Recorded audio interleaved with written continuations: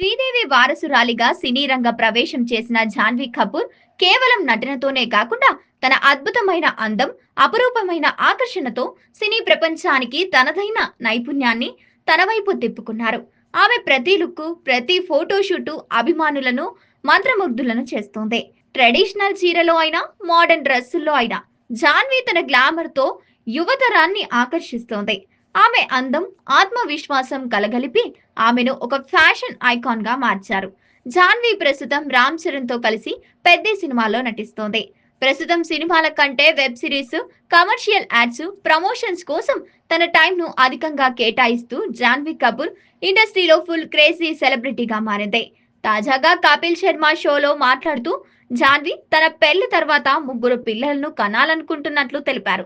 దీనికి కారణం తన లక్కీ నంబర్ 3 అని చెప్పారు. అంతేకాకుండా ఇద్దరు పిల్లల మధ్య గొడవలు జరిగినప్పుడు మూడో బిడ్డ వాడికి ఎలా పరిష్కరిస్తాడో చూడాలని ఉందని, అది చాలా ఫన్నీగా ఉంటుందని ఆమె అన్నారు. అంతేకాకుండా విదేశాలకు వెళ్ళినప్పుడు అక్కడ యువత ఫాలోయింగ్ నుంచి తప్పించుకోవడానికి తనకు ఇప్పటికే పెళ్లైందని చెప్పినట్లు కూడా జాన్వీ కపూర్ నవ్వుతూ పంచుకున్నారు.